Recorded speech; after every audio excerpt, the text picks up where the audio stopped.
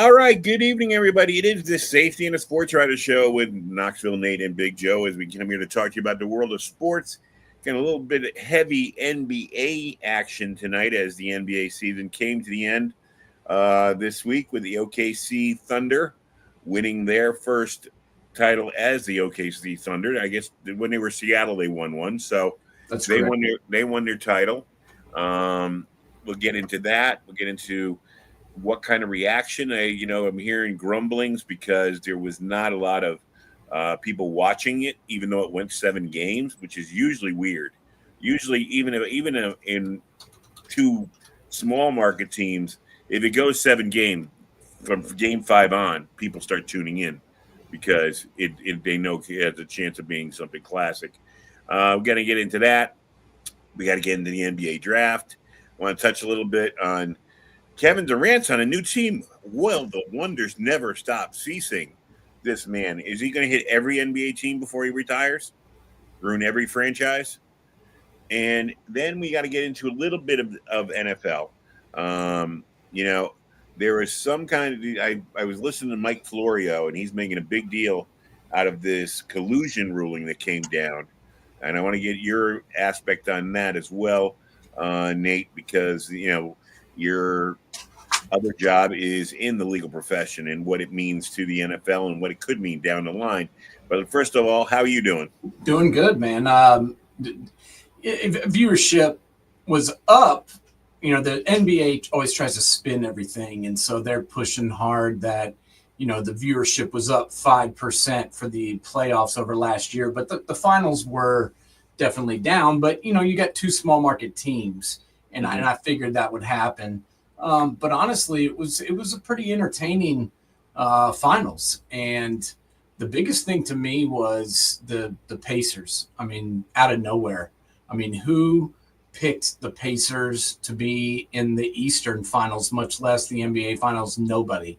And I think it shows how much a superstar and a good coach can take you. And Rick Carlisle is that guy. He's an unbelievable coach. He should be the NBA Coach of the Year for the job that he did. The only thing that really sucked to me about these finals was Game 7 and Tyrese Halliburton going down. I mean, I truly believe, and I'm not just saying this to make a point or whatever. I'm just being dead honest with my opinion.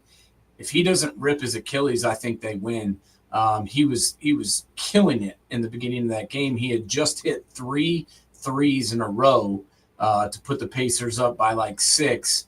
Obviously, it's still the first quarter, so there was a long way to go. But they had won the game before by almost 40 points. So I was cheering for OKC, and I wanted them to win just because I like that team and I love SGA. But I don't really believe they would have won without Tyrese going down. I mean, it sucks. He's not my favorite player, and I was really kind of turned off with him after his dad started talking shit to Giannis after they knocked the Bucks out. But you got to respect his game, man. He's a really good young player. He's really taken off, and like him or don't like him, he is legit. And when he got hurt, it just kind of took all the wind out of the sails of the NBA Finals, and it was a damn shame. It was, and everyone was looking for Game 7, and it kind of took the shine off Game 7, and everything else it did. There were some good, like the T.J. McConnell storyline. I mean, here's a kid. I remember him in Arizona, and he was a good little point guard. And he went to Philadelphia, and then he ends up in Indianapolis and kind of goes into witness protection for a while. But he showed that, in these kind of games, it's like we saw a couple of years ago. We were making fun of him all year long, and then he came through. Pat, what was it? Connaughton. Yeah. It's like there's these guys that it's maybe the only time they shine, but they get that one time, that one series where they show up, and it showed how much it meant to him when you saw his reaction after the game, going out, and it's like I said, it's a shame that we'll never know what would have, like you said, would Halliburton, if he had stuck around, what kind of game that would have been. When Well, you hell, look, they gave him a great game. I mean, they were only down one at half right, without him. right, And so they were giving it all they had. And then in the third quarter, like you said, they really got a lot out of McConnell. He came in and had, I think, 14 points in the third quarter. He looked like he was tired in the fourth. right. He's not used to being out there that much. So he looked to me like he kind of ran out of gas. I mean, he still played well, but it looked to me like he ran out of gas a little bit. And that was unfortunate. But, Pascal Siakam, that guy, he might be the most underrated player in all of the NBA. He is absolutely legit. Miles Turner finally got some recognition. And then, Neesmith and Nembhard, all good players. And it's just mind blowing to me how no one said a word about the Pacers before these playoffs started. And then, they kicked everybody's ass. So it was kind of cool to see that, and that made me happy that all the people that think they know what the hell they're talking about were 100% wrong. How do you think this sets up OKC for going forward? I mean, you've got a lot of young talent on that team. The Nuggets, everybody talked because they got Joker. That didn't seem to mesh out for them yet. They're still there. They're still hanging around. Minnesota's out there. We know that the Western Division has most of the talent.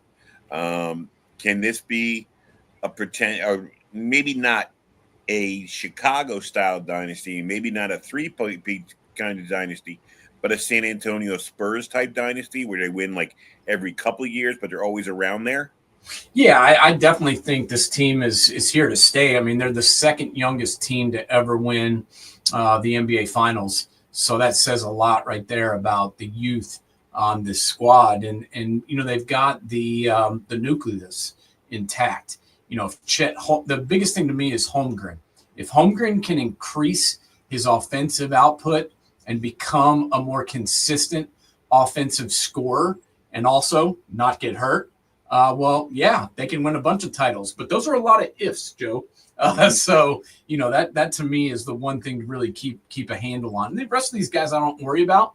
And Holmgren played great in Game 7 and did well throughout this entire playoffs, and he stayed healthy for once. But you got to remember this guy, he played 15 games last year, and he just hasn't really developed into the scorer that we all kind of thought he would be after watching him at Gonzaga. So, but let's say he stays healthy and he develops a game with his back to the basket and becomes a little bit of a better shooter.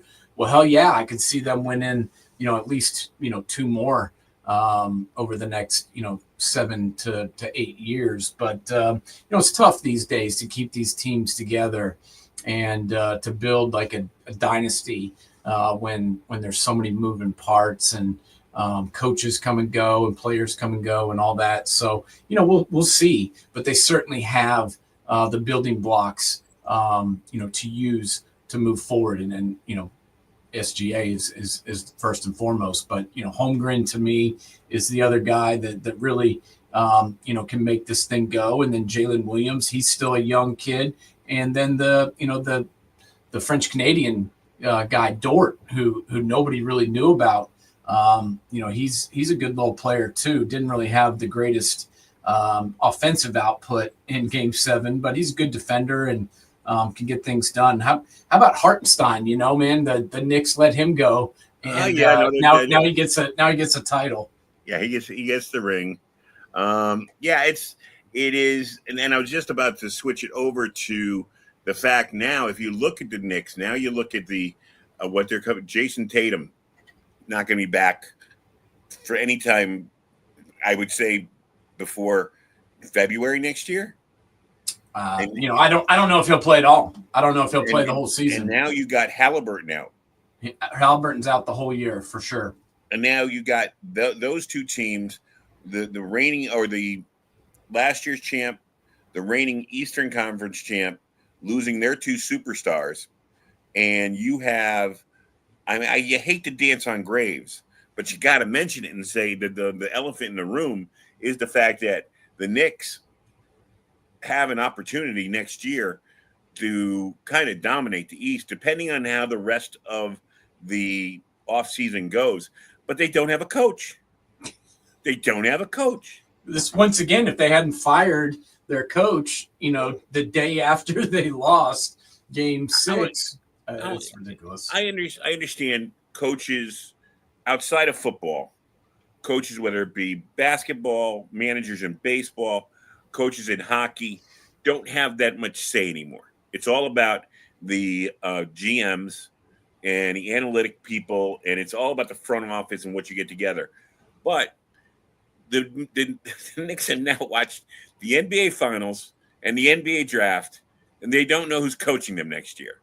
How can you go to the NBA Draft and this far into this? I mean, people are being picked all over from teams all over the way, and you don't know what type of coach. What does he play? What does he want to play? What type of offense does he coach? What kind of defense does he coach? Are you going to just sit there and say, no, we're going to keep it the way Tibbs did it, but we're not going to have Tibbs do it? Yeah, no, you can't do that. You can't do that. I mean, you can't just make some new guy coach the way Tibbs coached. I mean, Tibbs is a different kind of guy, and he's a different kind of coach. And I don't really know anybody else who plays his exact style. So, yeah, I mean, this is the whole reason that we were so befuddled by that move and so against it from the beginning. It just didn't make any sense, and it still doesn't. And now I feel like they're way behind the 8 ball. Well, luckily they didn't have any draft picks anyway, so they didn't really have to worry about that. Bringing dudes in, who fit the scheme when they're not bringing anybody in. But this is a team that really, like you said, could have made some noise next year and had a nice little path to go if they had a coach. But now, who knows? Who knows what this team will look like, and who knows, what they will be able to do, considering we don't even know who's going to be running the show. All right, I want to bring up, before we go off the NBA, what happened during the season. One thing I want to stay on the injury bug here, because I don't know if you can trace it to this, but a lot of Achilles injuries now. What is going on with the Achilles? Is it something with the sneakers? Is it something with the court? Is the court too sticky? I don't know. Why are these guys seemingly tearing their Achilles? And that what the movie was making was not like he was doing anything spectacular. Well, with him, I truly believe a lot of, a big part of why it happened was he was playing hurt. He had the calf injury already. I'm sure he was getting treatment. I don't know if they shot him up. I have no idea. But I know he was playing hurt. And whenever you're playing injured, you risk hurting it worse, or getting hurt in another way, because you're overcompensating, because you can't put the same kind of force and the same kind of pressure on that injury.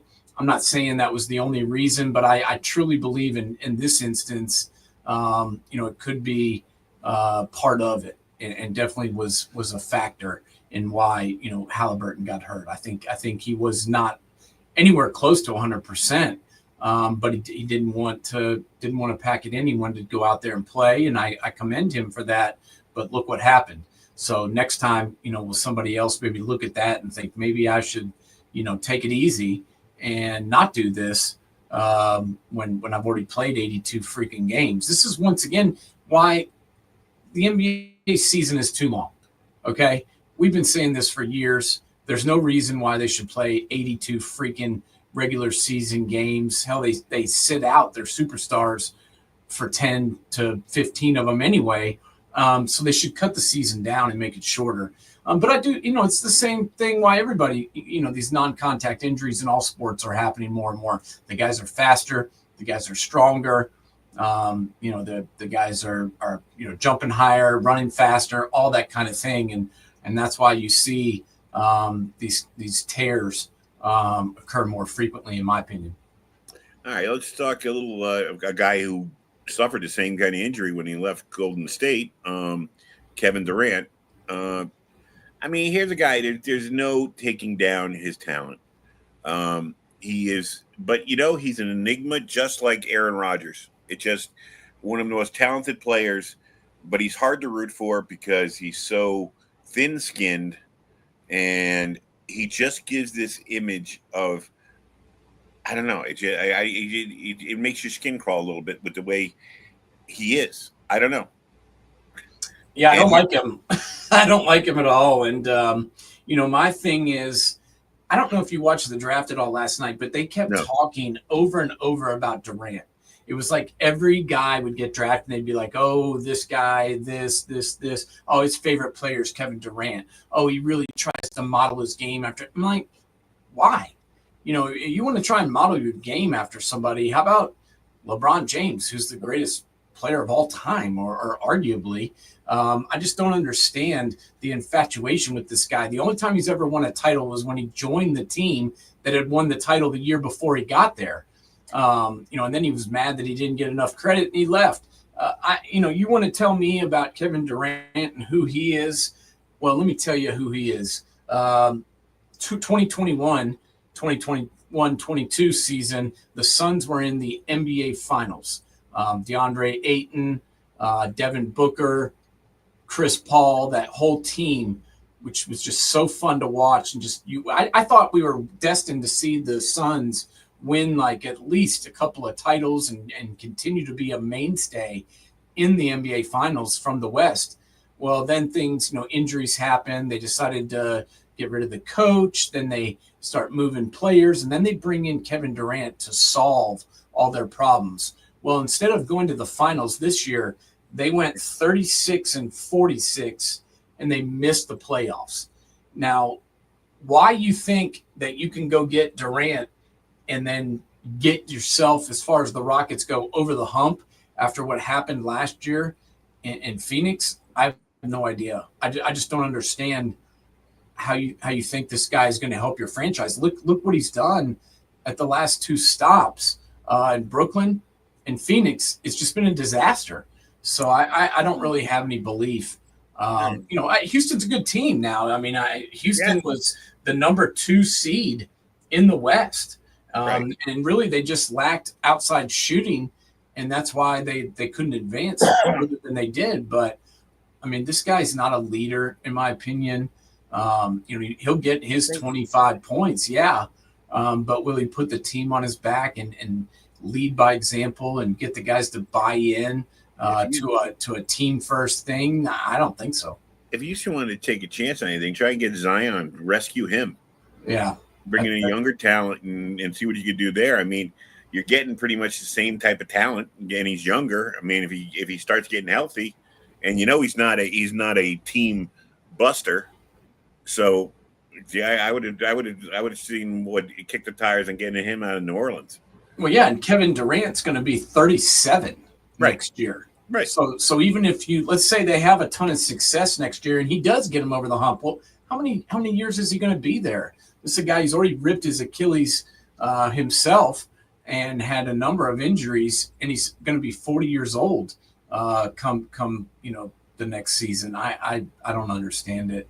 And what they gave up was just absolutely ridiculous, in my opinion. 5 2s, not to mention Jalen Green and, a pretty good defensive player. I just, it doesn't make any sense to me.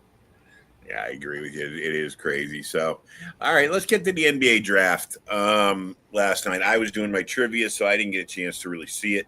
All right, we knew Cooper Flagg was going to be the number 1 pick. He's going to the Mavs. I know you're a Cooper Flagg fan, but give you the audience what you thought of as him coming as a rookie. This guy, he's 18 years old, but he didn't look like he was 18 years old to me last year. I mean, he was the best player in college basketball. The biggest thing to me about him is he's going to come in and affect this team immediately because he's unselfish. He doesn't care about getting 25 points a game. He doesn't care about being the leading scorer. He's a point forward. He likes to bring the ball up. He likes to distribute. He's a facilitator of the offense. So if Anthony Davis is healthy if Kyrie Irving is healthy, once again, that's a lot of ifs. But if those two guys are healthy, I don't see why the Mavs can't be one of the best teams, if not the best team in the league. And I know that's saying a lot, but this is a big time, player. This is not, just somebody's got to go number one.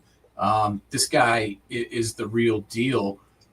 A, because of his talent, and then B, because of his character. I mean, this guy, he loves playing basketball. He wants to be better. The reason when they ask him, why did you reclassify and go to Duke when you should have been a high school senior? He said, well, my mom always told me if you were the best player in the gym, then you were in the wrong gym. and I just, that hit me hard, because I'm like, he wasn't just saying that to say that. He believed that. He wants to go play where, he has to prove himself. And once again, he will have to prove himself. And there'll be a transition, Joe. I mean, he's not going to come in and be the best player in the NBA right away, but no. Could he possibly be the best player in the NBA in a couple of years? Yeah. I could see that. I could definitely see that. Now, once again, Kyrie's coming off a big injury. It happened late in the season. I don't know when he will be back and what he will look like when he comes back. But, he's older anyway. So if he can just shoot like he has been, and if Anthony Davis can stay healthy, this team is legit. Let's just say what everybody's thinking. Nico Harrison got bailed out. Okay. Yeah. He did one of the worst trades in NBA history, giving up Luka Doncic for Anthony Davis. And, and then they got lucky as hell and got the number one pick, and it saved this guy's job. And, it's made the Mavs relevant again. And, it's not just those two guys. Derek Lively is a legit player. PJ Washington is another guy that I like.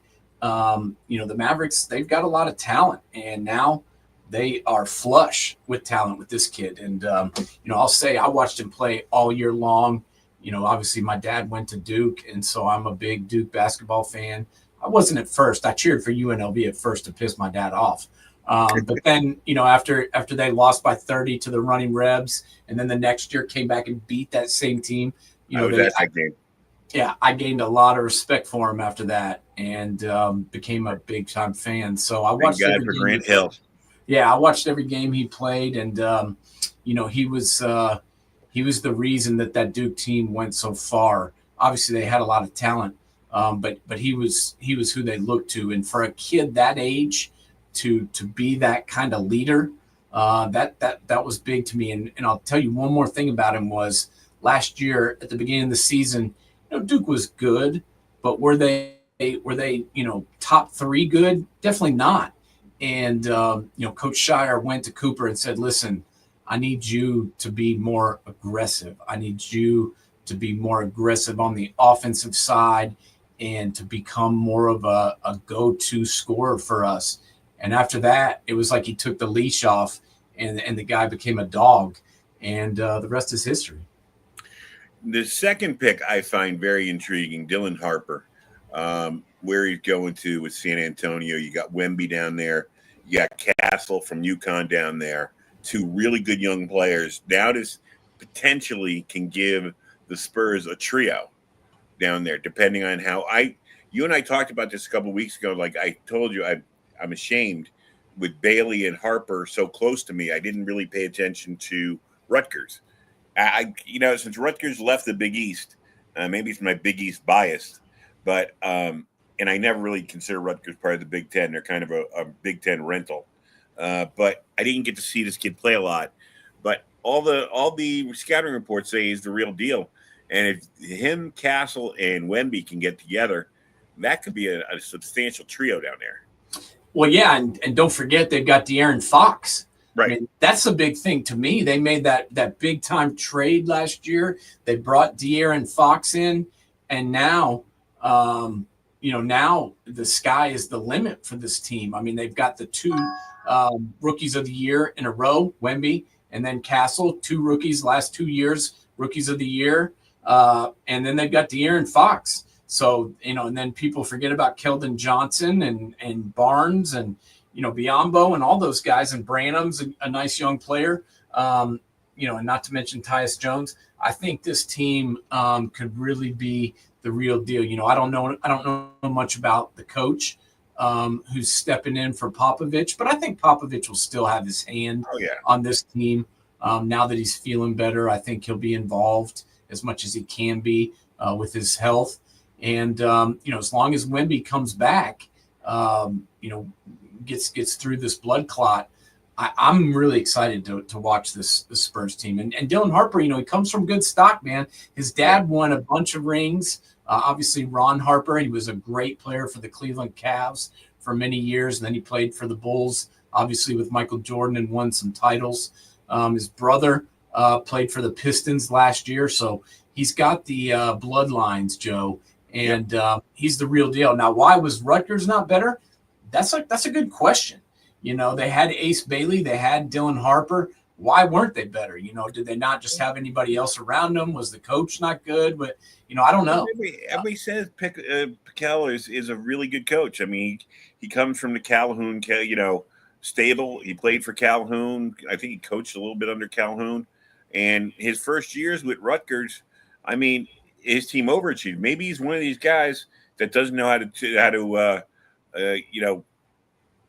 coach stars. He's better with the less talented players. Maybe that's his problem. I don't know. But there is something to being able to, when you got a Bailey and a Harper, being able to keep them happy and also keep the rest of the team engaged. And I don't know, man. Well, they should have won. They should have been way better than they were. Oh, I agree with you. With those two players. But, it's easy to sit here and say from the outside. I did not watch a ton of Rutgers basketball. Obviously, I watched those guys a couple of times just because I wanted to see whether or not they lived up to the hype. I think the game that I watched, Harper had 35.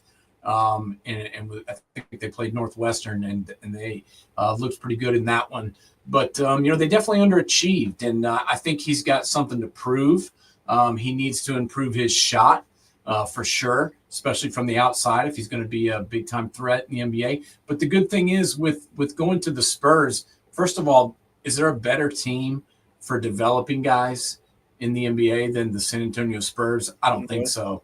I mean, look at the guys they've developed over the years with Tony Parker and Manu Ginobili and Tim Duncan and David Robinson and all those guys that they made into household names. I got a lot of faith in that organization, and I think they'll bring him up right. And the good news is he doesn't have to be the focal point right away. They can bring him along slowly. They've got Castle. They've got Keldon Johnson.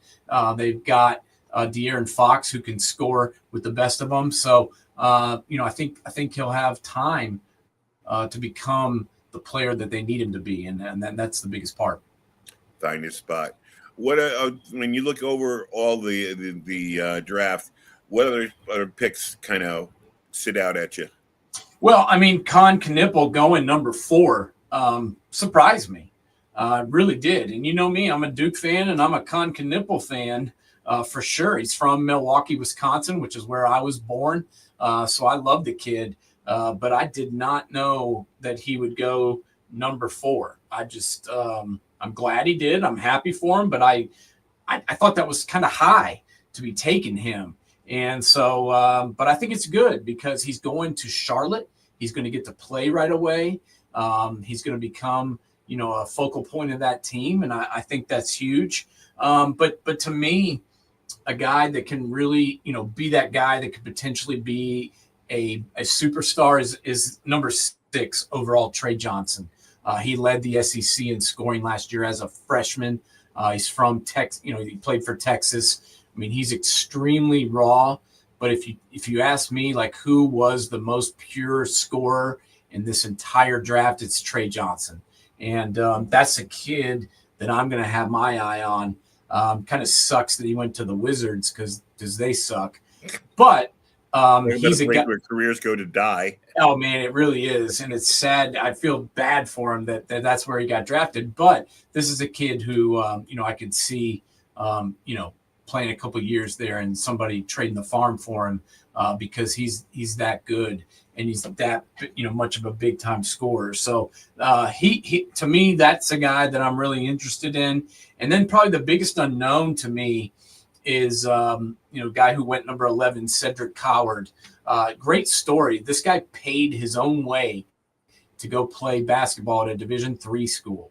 Okay. Wow. And he did really well. He transferred to Eastern Washington after that. Did okay. His first year at Eastern Washington averaged like 9 points. But then his second year at Eastern Washington, he blew up. And then he transfers to Washington State. And he only played in 3 or 6 games, but he looked really good. And then he in the offseason, after he had shoulder surgery, he was committed to transfer to Duke. And then they started talking about how he was going to get drafted really high. And I'm like, what? Why would someone draft this guy so high? He played 6 games in major college basketball. Well, I was wrong. They did. They took him number 11 overall, and they must have done it for a reason. But that, to me, he's the biggest unknown to me that went in the lottery. And that's Cedric Coward, who went number 11. Now, he got drafted by the Trailblazers, but he's actually going to Memphis. And, that's what's so nuts about the NBA draft. These guys draft people, then they trade them before they ever play a game for them. And that, to me, makes absolutely no – why the hell did you draft him if you're trading him? It's stupid. But Memphis is a good spot for that kid because they've got, some pieces already in place there. And so I think it could be an interesting prospect to watch. All right, before we get off the draft, the team who had the most draft picks in the first round, and it was a local team for me up here, not that I pay attention to them much, the Nets. Did they make the most of their 5 draft picks, or are you sure? What did you think of their 5 draft picks? Honestly, I don't know. I wish I did know, but I don't know a lot about. I don't have time really to watch a lot of international basketball. Yeah. So one of the guys they took is from France. Traore or whatever his name is. I don't know much about him. And then they took a kid, Ben Saraf, from Israel. And then they took Danny Wolf from Michigan, who I do know some about. Not my favorite player in the draft, but certainly a good player. But the intriguing one to me is Igor Demon, the kid from BYU. Great size, 6'8", 200 pounds. And he's that Eastern European player. Can he be the next Jokic? Can he be the next, why am I blanking? The guy from the Lakers, Doncic. I don't know. I don't know if he's that talented. But they took him number 8 for a reason, and he was the number 8 rated player by the people that do the analysis. So I don't know a ton about him. I saw BYU play, and they obviously had a really good season. But I just can't tell you that they did a great job or not, just because all of these guys, 3 of them are from, Europe. So right. I don't know. Now, before we leave, did you look into or did you hear anything about this collusion case that's going on with the NFL? I heard that the Players Association lost. I heard that. And that the NFL won. I didn't really read the documents, but I did see that lawsuit about. Are you talking about the salaries or the coaching salaries? Okay, there was another one yesterday that came out as well. So there's actually been 2 different lawsuits in the last couple of days. The one was the one yesterday was when the Players Association lost, and this is the one with the coaching salaries. Is that what you're talking about? Well, Florio's going into both of them when I was listening to him today. I would listen to him while I was working, so I didn't get to listen to the specific of it. And I was hoping to get to you about this, but the whole thing is when I hear the word collusion. I flash back to the Major League Baseball collusion case, which kind of opened the floodgates for salaries to be totally thrown out of proportion. And this one, I don't know if we really, at this stage with the salaries, the way they're going up every year, if it's just, do we really, should we really be worried about how much money these guys are making at this point? None of them have to worry about it. And it's court time. There's more important cases that should be taking place for me personally. And I'm a sports nut that our court system is taking up this case. Why? It's a billionaire against a millionaire. I really don't care who fucking wins. It's like I don't either. things.